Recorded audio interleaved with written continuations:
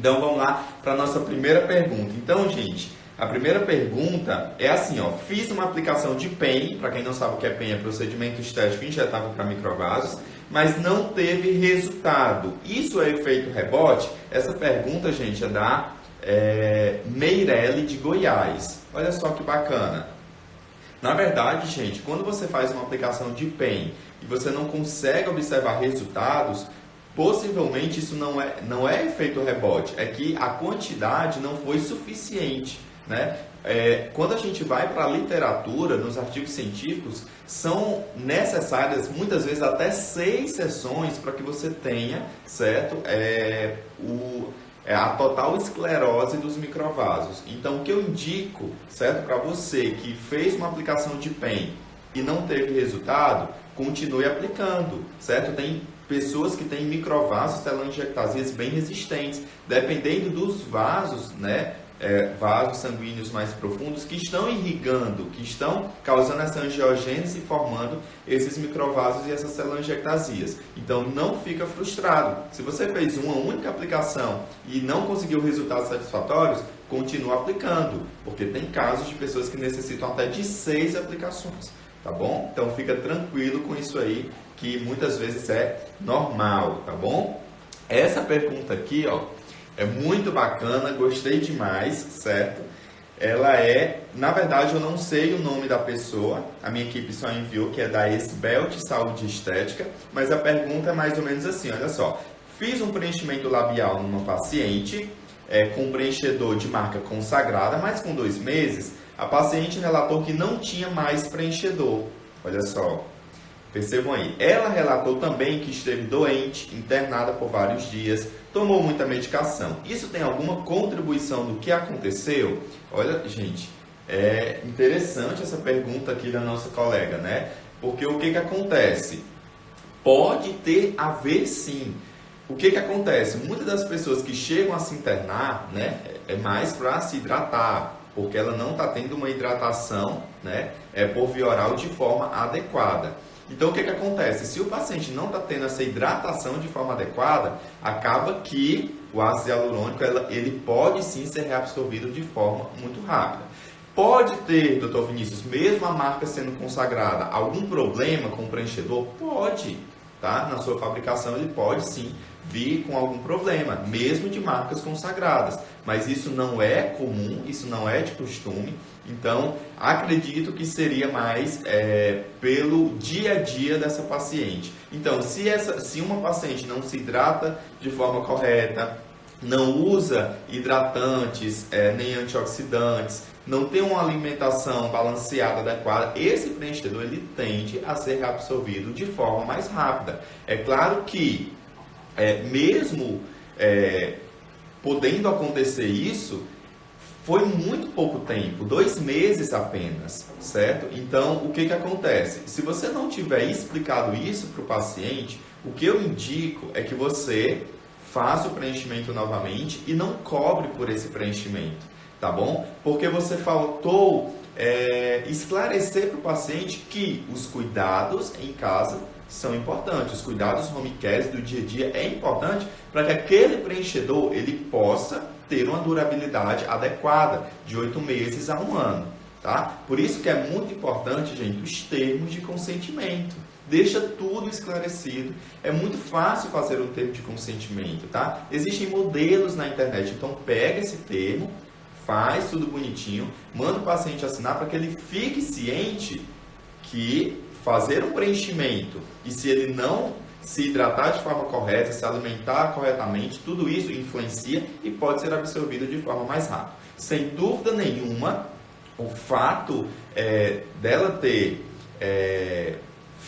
se internado e pelo fato também do uso exacerbado de medicações, que ela não relatou aqui a patologia, porque poderia ficar mais claro para a gente, o uso de medicações, existem fármacos que pode contribuir para a absorção mais rápida dos preenchedores, tá bom? Principalmente do ácido hialurônico, tá bom? Então, muito bacana essa pergunta, pode já ter acontecido com outros profissionais aí, comigo ainda não aconteceu, mas é bom deixar claro para que você possa ficar respaldado de tudo que possa acontecer, tá certo? A nossa terceira pergunta, gente, é sobre lipoenzimática. Olha só, o procedimento mais procurado agora, né, para o verão, para o carnaval. E olha só, a lipoenzimática é contraindicado para lactantes? Ou pergunta comum, né? Então vamos lá, gente. Por que essa pergunta é tão comum até dos nossos pacientes? Porque as lactantes, elas vêm de um período de gestação, onde engordaram. E as gestantes, né, as ex-gestantes hoje, estão procurando cada vez mais soluções mais rápidas, certo? Para voltar ao seu peso normal, o peso que tinha antes. E aí elas procuram clínicas de estética para fazer tratamentos. Só que, uma vez que essa ex-gestante agora passou a ser lactante, ela não pode realizar nenhum procedimento estético injetável, tá? Nenhum mesmo, não é indicado. Principalmente lipoenzimática, que tem enzimas, geralmente desoxicolato, L-carnitina, cafeína, L-arginina, lipossoma de girassol. Todo esse conteúdo cai na corrente sanguínea da lactante e aí pode acontecer de sair no leite materno, e aí provocar gases, constipação, problemas de saúde no bebê, tá? Então não é indicado de forma alguma fazer aplicação de lipoenzimática em lactantes que estão fazendo amamentação, tá certo? Pelo bem, pela saúde do bebê, tá certo? Então, se essa ex-gestante não é lactante ou por algum motivo ela deixou de amamentar, aí sim, já não tem problema nenhum e já pode começar o tratamento de lipoenzimática, caso ela esteja saudável, tá certo? Pergunta comum, muitas pacientes chegam perguntando isso, tá? E aí, o que acontece? Os profissionais ficam nessa dúvida, doutor, faço ou não faço? E aí, respondendo para você, é melhor não colocar a mão se ela está amamentando, tá bom? Só que, embora os procedimentos estéticos injetáveis não sejam o ideal para ela, o que acontece? Existem aí os ultrassom, né? O HIFU, existe também aí a radiofrequência, criofrequência, um arsenal de tratamentos aí na eletroterapia, né, as técnicas manuais. Eu ia até falar de carboxiterapia, mas também não é indicado, tá, gente? Carboxiterapia, então tem que estudar direitinho quais tratamentos ela realmente pode realizar, tá bom? Vamos para a quarta pergunta. É isso aí, se você tem dúvida, coloca aqui, tá? A gente pode responder no final dessa seleção aqui de perguntas que a gente fez nas redes sociais, tá bom? A nossa quarta pergunta é: como é a ação do Morozil? Como posso implementar esse ativo no tratamento de perda de gordura do meu paciente? Na verdade, gente, o Morozil é um ativo que eu sou apaixonado. Então, como é o mecanismo de ação do Morozil? O Morozil, gente, ele é extraído, né, da planta, na verdade é planta vermelha morô, certo? O fruto é a laranja vermelha morô, certo? Então, na verdade é até extraído da casca, certo? Da casca da laranja vermelha, que na verdade, uma espécie, certo? Diferenciada, não é como as outras laranjas, porque ele contém o Morozil, certo? Que eu até esqueci agora, mas depois posso até voltar aqui para lembrar para vocês o nome corretinho do ativo que tem na laranja vermelha morô, responsável por esse efeito de quebra de gordura localizada. Então vamos lá como é que acontece esse mecanismo. Quando ele é injetado ou ingerido por via oral, através de cápsulas, enfim, esse ativo, o Morozil, ele tem a capacidade, gente, de consumir toda aquela gordura localizada, todo aquele colesterol, sabe? Triglicerídeo que está armazenado ali nos adipócitos, que são as células de gordura. Então, os adipócitos, né, que estão recheados ali de gordura no seu citoplasma, como eles são consumidos, acaba que diminuindo, né, a espessura desse adipócito. Então, acaba que o indivíduo tendo um emagrecimento, certo? Perca de gordura localizada. Então, ele age assim. Não é, na verdade, nem destruindo os adipócitos, mas, na verdade, diminuindo o número de gordura que está dentro deles. Então, o Morozil aí, para quem tem problema de emagrecimento, problema em aderir a uma boa dieta, pessoas que têm diabetes, colesterol alto, que quer trabalhar o processo também de antirradical livre, anti-inflamatório, o Morosil ele é fantástico, certo? E aí como você pode implementar esse ativo no tratamento de gordura localizada do seu paciente?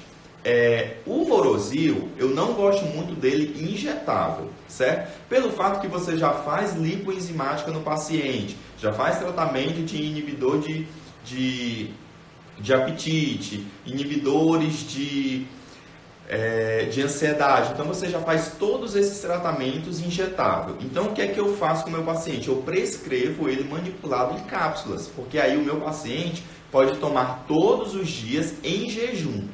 Tá? Existe também o Morosil injetável, como eu falei aqui para vocês. Então, se você não trabalha com nenhum tratamento naquele paciente intramuscular, vale a pena você utilizar também o Morosil, tá certo? Então, olha só, esse ativo, né, que é o Morosil, ele vai trabalhar aí, novamente repetindo para vocês, colesterol alto, diabetes, gordura localizada, não é quebrando, mas diminuindo todo aquele conteúdo de ácido graxo que está dentro do adipócito. Ele também ele é anti-envelhecimento, porque ele contém muitos antioxidantes, certo? Antioxidantes maravilhosos. E aí, assim, perfeito, tá? Perfeito para todas essas disfunções aqui que eu relatei para vocês. E aí, doutor Vinícius, quantas miligramas deve ter esse meu Morosil? Então, vocês pedem manipulado, Morosil 500 miligramas, certo?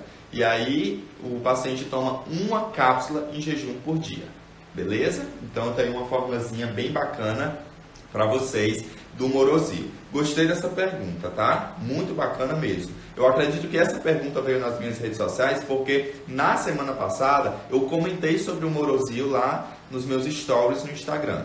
Perfeito, eu sempre utilizo ele, embora seja um ativo que ele não é barato, né? Um frasco com 30 cápsulas, ele sai em média de 120 a 150 reais, exatamente. Então ele não é um ativo barato, tá? Mas os resultados, sem dúvida nenhuma, são muito satisfatórios, muito bons, e o meu paciente que trata gordura localizada não fica sem, tá certo?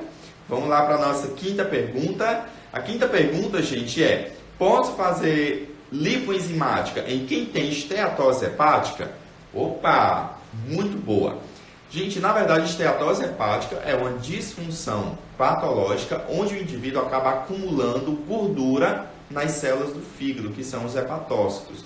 Então, esse acúmulo de gordura, ele pode ser, primeiramente, pela ingesta, tá? Inadequada de álcool, tá? Que é o etilismo.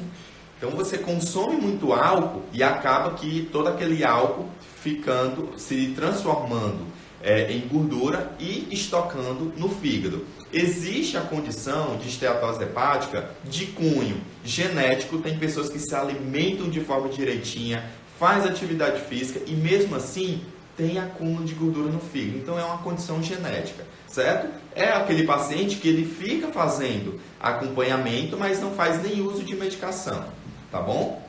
Tem aqueles indivíduos que são diabéticos, tem colesterol alto, aqueles que têm hipertensão, tem sobrepeso, não faz atividade física, essas pessoas são as mais propensas de desenvolver esteatose hepática, que é a gordura no fígado, tá bom? E aí o que acontece? Muitos desses pacientes recorrem também a procedimentos estéticos para emagrecer, certo? Só que o que acontece, doutor Vinícius? Eu posso realizar a lipoenzimática, né, que é o método de quebra de gordura localizada nesses pacientes? Aí eu vou responder para você, depende.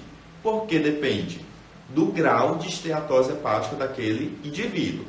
Se eu não me engano, gente, a esteatose hepática, o último folhetim que eu vi do censo, né, que foi disponibilizado para a gente, eu li foi de 2015. E nesse ano, a gente tinha mais ou menos 30% da população acometida por essa disfunção patológica. Então veja que 30% é um número muito grande de pessoas que está sendo acometida por essa doença, certo? Por isso que em algum momento você, profissional aí da saúde estética, vai pegar algum paciente com esteatose hepática, certo? E a esteatose hepática, ela tem vários graus, vai do grau 1 ao grau 3, ok? E, aliás, eu não sei, certo? Aí fica mais a cargo da medicina, das pessoas que são especialistas na área de fígado, né? Que trabalham com hepatites, enfim. Inclusive, a hepatite viral causa esteatose hepática, mas isso fica mais a cargo dos especialistas que são médicos, mas a última vez que eu andei estudando sobre esteatose hepática, a gente ia em 3 graus, do grau 1 ao grau 3. Pode ser que hoje tenha outros, né? Porque eu não tenho lido sobre isso recentemente. Então vejam só, o grau de esteatose grau 1, ele é leve. Aí a gente tem o grau 2, que é moderado, e o grau 3, que é uma esteatose mais avançada, ou seja, uma quantidade de gordura muito acumulada no fígado, certo?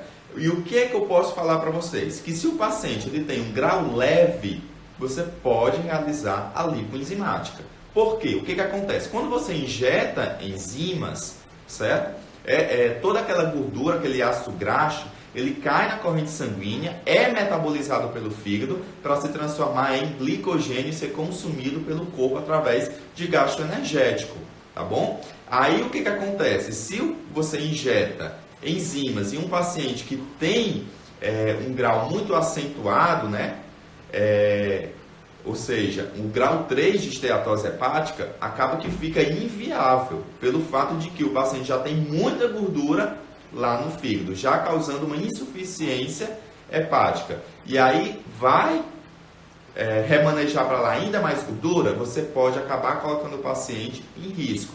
O ideal seria ele fazer uma dieta balanceada, ser acompanhado por um nutricionista e fazer atividade física até que esses níveis possam baixar e aí, de fato, ele fazer o tratamento de lipoenzimática, tá bom? Então, grau 1, que é o leve, pode fazer sim, com monitoramento, nunca esquecer. Como é que eu fico monitorando, doutor Vinícius? Através das enzimas hepáticas. Então, sempre que as enzimas hepáticas derem alterado, aí você suspende, tá bom? O tratamento. Mas é isso aí, muito tranquilo. Se o paciente tem esteatose hepática grau 2, moderado, avançado, é melhor não realizar o procedimento e ele recorrer a outros tratamentos estéticos viáveis para o caso dele. Perfeito?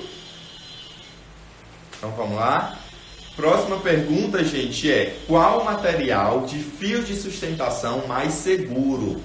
Olha só que bacana, até que fim a gente está falando aqui sobre fios de sustentação, né? Eu nunca tinha feito nenhuma resposta sobre fios de sustentação. Mas vamos lá, qual o melhor material, doutor Vinícius? Essa pergunta, gente, é justamente porque existem vários materiais hoje no mercado para fios de sustentação. Nós temos desde o ácido polilático, policaprolactona, a gente tem fios de ouro, certo? Siliote. Então a gente tem vários materiais hoje que são confeccionados fios de sustentação ou fios de dermosustentação, como eles são conhecidos. No entanto, hoje o material mais seguro, quando eu falo de segurança, significa mais biocompatível, aquele que o indivíduo não vai ter problemas, né, casos de rejeição, que são os fios de polidioxanona, certo? Então a polidioxanona é o material mais incrível de ser trabalhado com fios de sustentação. Na verdade, existem 2 tipos de fios, certo, gente? Que são os fios lisos e os fios espiculados. Ambos podem ser feitos a partir da polidioxanona, tá bom? Eu, por exemplo, nunca tive nenhum problema, e olha que eu atendo muitos pacientes de harmonização facial com fios de sustentação, e ele pode ser utilizado, por ser mais maleável, pode ser utilizado tanto na face como também no corpo. Na face a gente trabalha muito a questão do terço médio, lifting facial, podemos trabalhar também nariz, arqueamento de sobrancelha, aquelas bolsas infraorbitárias, boca, ângulo de mandíbula, aquela papada que geralmente relacionada à flacidez. E doutor Vinícius, quem é que pode realizar os fios de sustentação? O que é que eu posso dizer para você sobre o paciente ideal para fios de sustentação? Seria, gente, na verdade, um paciente geralmente de 30 a mais ou menos 55 anos, porque fica entre a faixa aí, na classificação de Glogal, de flacidez entre 2 e 3. Ou seja, perceba que com os fios de sustentação a gente trabalha aquele paciente que nem tem pouquinha flacidez e nem trabalha naquele paciente que tem uma flacidez muito grave, certo? Então, geralmente de 30 a 55 anos, certo? Classificação de Glogal entre 2 e 3, uma flacidez moderada. No entanto, hoje já se está crescendo o número de pacientes que está trabalhando a prevenção. Ah, doutor, não quero envelhecer não, eu quero tratar essa pele, o que é que eu posso fazer? Então, existem os fios de PDO, certo? Que não tem as garrinhas, eles são fios lisos ou fio parafuso, onde você implementa na pele apenas para produzir colágeno, tá bom? Então, tem aí essas particularidades. Aqueles fios que tem as garrinhas, né?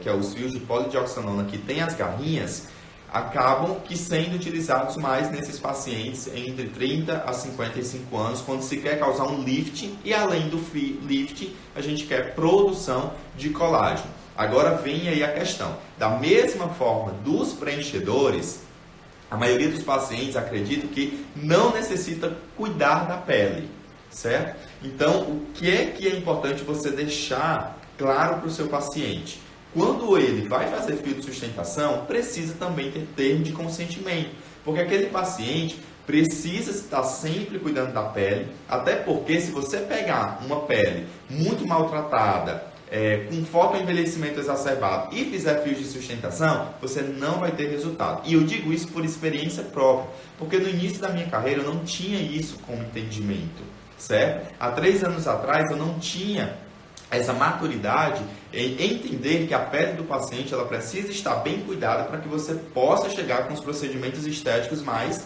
invasivos, tá? Então, vejam só, além do paciente ter que estar sempre tomando ômega 3, 6, que são antioxidantes, além de estar suplementando colágeno, passando um bom hidratante na pele à base de ácido hialurônico, com antioxidantes, que pode ser a vitamina C, a gente tem outras vitaminas também aí no mercado, vitamina E.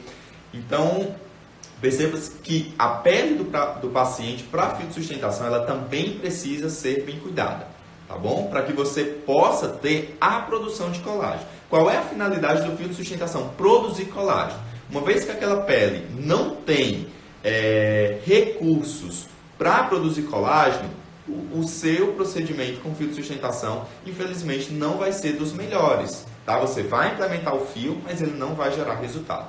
Então, é muito importante que você deixe isso claro para o paciente. Ele precisa estar sempre bem hidratado, com alimentação balanceada, para que os fios possam durar aí até 2 anos, 2 anos e meio, como é o ideal, tá bom? Então, gostei dessa pergunta aí, certo? Não tem aqui o nome da pessoa que fez essa pergunta, acredito que foi lá na plataforma do Instagram, certo?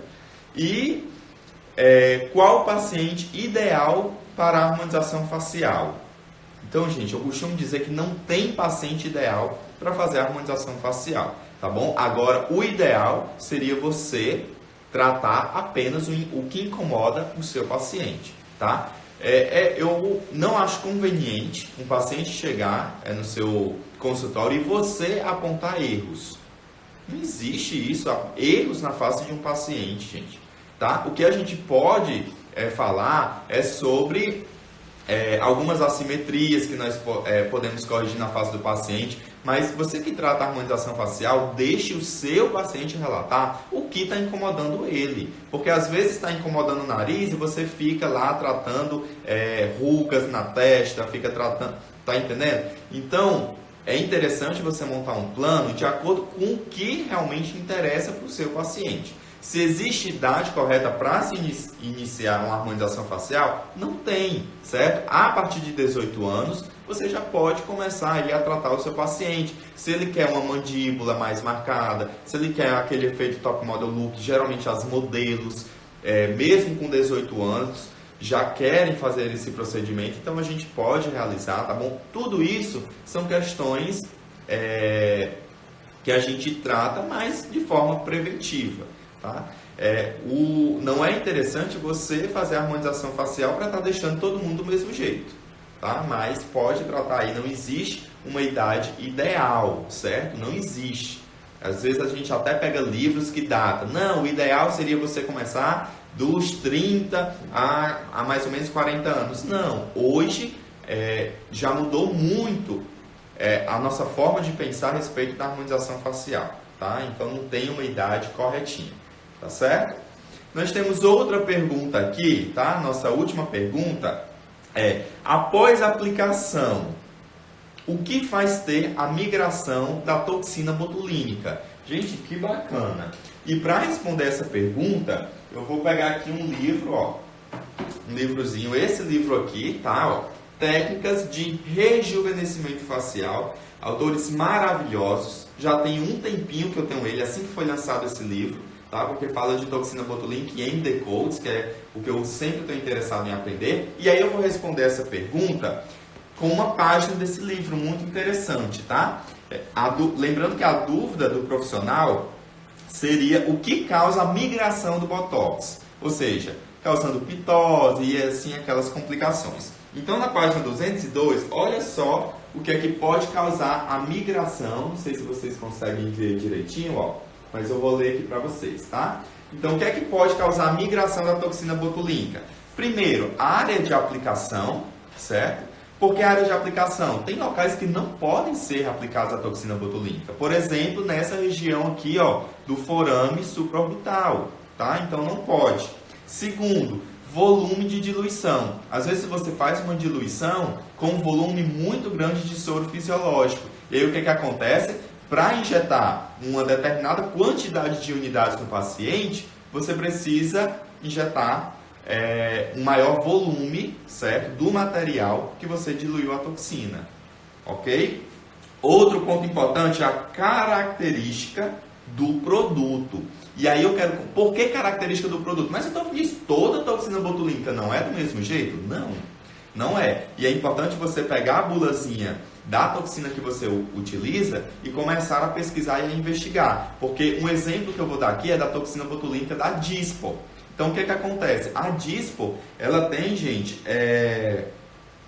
uma maior taxa de difusão. Aí eu fui pesquisar por que essa maior taxa de difusão. E aí eu encontrei, ó, ela tem, gente, menor peso molecular, tá? Então, você pega a bulazinha lá da Dispo e vem mostrando lá o peso molecular. Quando você compara o peso molecular da toxina Dispo com as outras, você percebe que o peso dela é bem menor. Por isso que acaba que ela tem uma maior taxa de difusão quando ela é diluída. O que é essa taxa de difusão? É quando você aplica a toxina e ela forma um halo bem maior. Enquanto que as outras toxinas formam um halo de uma moeda de 10 centavos, a Dispo forma um halo, gente, de uma moeda de 25 centavos. Então perceba que o halo é bem maior. Então a gente nem trabalha com pontos avançados com a Dispo pelo fato que pode causar alguma intercorrência, alguma migração de fato, como é a pergunta aqui da nossa colega. Então, outro fator importante, gente, é a dose de tratamento, certo? A dose que você vai utilizar de toxina, ela precisa ser conveniente. Não adianta você, por exemplo, em um ponto da demarcação, você aplicar 10 unidades de toxina. É muita toxina. E aí acaba que, pela quantidade, pelo peso molecular, a quantidade de toxina que você colocou ali na musculatura não consegue comportar e ela migra. Ela sofre difusão pelo meio ali do tecido muscular, tá bom? E outro ponto importante que a gente não pode esquecer é a técnica de aplicação. Você precisa entender que uma técnica de toxina botulínica, ela precisa ser segura, tá? Como é que você está injetando essa toxina botulínica? Qual é a técnica? E isso vale muito em consideração. Então, resumindo aqui para vocês, ó, isso aqui, gente, eu peguei de um livro, tá? Eu estou explicando a partir de um livro aqui para vocês. Olha só, para vocês verem que tudo que eu falo aqui é sim com muito embasamento científico, tá certo? Então, vamos lá, ó. Área de aplicação, volume de diluição, a característica do produto, a dose que você escolheu e também a forma de aplicação, tá bom? Tudo isso são questões importantes que você precisa ter em mente para que não possa ocorrer um problema de migração e aí gerar aquelas temidas pitoses, que é muito chato, o paciente fica muito chateado, tá? Outra questão que eu queria colocar aqui para vocês é as 4 horas lá que o paciente não pode baixar a cabeça, tá? Tem pacientes que não respeitam isso e às vezes nem é culpa do profissional, certo? E às vezes a forma como o paciente se comportou nas horas seguintes após a aplicação, perfeito? E eu queria falar aqui com vocês sobre uma outra pergunta que acabou de chegar aqui, ó, no meu computador, tá, gente? Porque o meu Instagram fica logado e aí fica chegando as perguntas, tá? No meu perfil do Instagram. E aí, olha só essa pergunta que bacana, gente. Então, a doutora Simone, ela perguntou assim: gostaria de saber como atrair clientes que possam pagar pela minha consulta e evitar aqueles que só queiram comparar preço. Olha, não é só você que sofre com isso, tá, doutora Simone? Eu, no início da minha carreira, eu também sofri com isso, certo? Porque, na verdade, quando a gente parte para a questão do marketing, porque toda clínica precisa ter, engana-se quem pensa que é só abrir a sua clínica, abrir o seu consultório, entrar para dentro e esperar clientes, tá? E que tudo vai cair do céu. Quando você realmente parte para colocar um consultório, colocar uma clínica, você precisa entender que você precisa empreender também, certo? Você precisa fazer com que tenha fluxo de paciente, você precisa entender que precisa estudar formas de fidelizar o seu cliente para que ele sempre possa estar fazendo o tratamento estético com você. E isso, se você não tem isso na mente, acaba que realmente você vai ser infeliz, certo? Na sua clínica, porque você vai acabar, meu Deus, fechando as portas. Isso é sério. Então, doutora Simone, o que acontece? Você precisa identificar qual o seu público, tá? Se você trabalha com harmonização facial, ou seja, se você trabalha com botox, preenchimento, fios de sustentação, você precisa entender que o público que você trabalha é o público A, certo? O que é o público A? Que realmente tem condições para pagar por aquele procedimento, porque são procedimentos que não são baratos, entende? Não são tratamentos baratos, é diferente de uma limpeza de pele.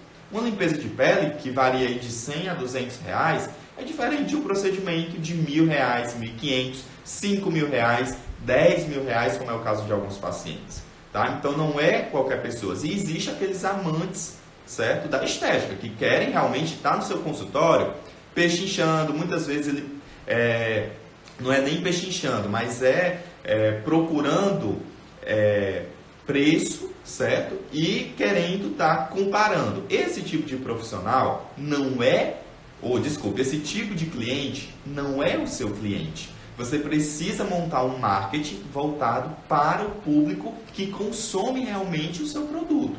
Qual é o seu produto? Estética injetável, harmonização facial. Então, provavelmente, o seu marketing não está voltado para esse público.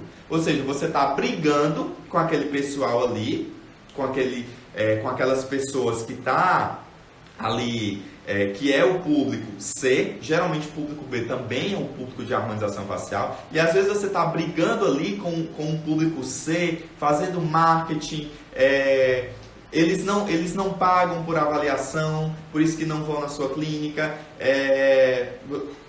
eles até vão na clínica, mas não fazem procedimento. Então esse público não é o seu público. Você precisa começar a trabalhar o seu marketing para o público classe A, que é aquele que consome os seus procedimentos, tá bom? Que realmente não é problema para pagar uma consulta, porque quem tem dinheiro para realmente fazer botox, preenchimento, fios, ele tem dinheiro para uma consulta, seja de 200 a 400 reais, ele tem esse dinheiro. tá bom? Tem profissionais que até cobram pela consulta, mas quando vão realizar o procedimento, ele abate, né? Ele dá aquele desconto do valor da consulta. Então, o que eu sugiro para você, né? Muito bacana essa pergunta que você me enviou, é realmente saber se você está trabalhando o público certo, tá? Porque se você trabalha com o público certo, você não vai ter problemas com isso, tá certo? A outra pergunta é... Para evitar demarcações em cima da hora, principalmente de Botox, como devo proceder? Pedir algum sinal para não comprar toxina à toa e depois o cliente desistir? Então você precisa trabalhar, Simone, com escassez. O que é essa escassez? É você mostrar para o paciente que ele não tem a hora que ele quer. É ele que tem que se adaptar à sua agenda, tá? Eu, por exemplo, eu atendo um dia só por semana na minha clínica. Na minha clínica eu atendo, aliás, 2 dias porque eu atendo no sábado também. Então eu atendo apenas 2 dias. Então ele sabe que...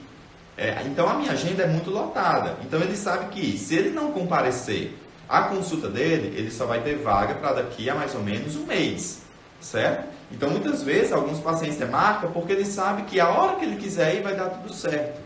Tá? Então trabalhe com escassez. Certo? E já que você está começando, né, cobre realmente, olha, para você agendar a sua toxina botulínica, você precisa dar um sinal. Você pede para a sua atendente fazer isso. Você precisa dar um sinal, seja de 20%, 50%, tá? Caso você desista, tá?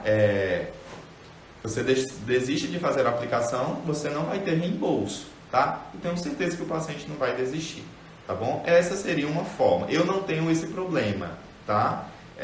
Simone, graças a Deus eu não tenho esse problema, mas se no seu estado você tem essa questão, você pode pedir um sinal de adiantamento e escassez. O segredo é escassez. Você não pode deixar o paciente fazer a sua agenda. Quem faz a sua agenda é você. Perfeito? Grande beijo, obrigado pela participação de vocês. Um forte abraço e até a próxima segunda, tá bom? Tchau, tchau.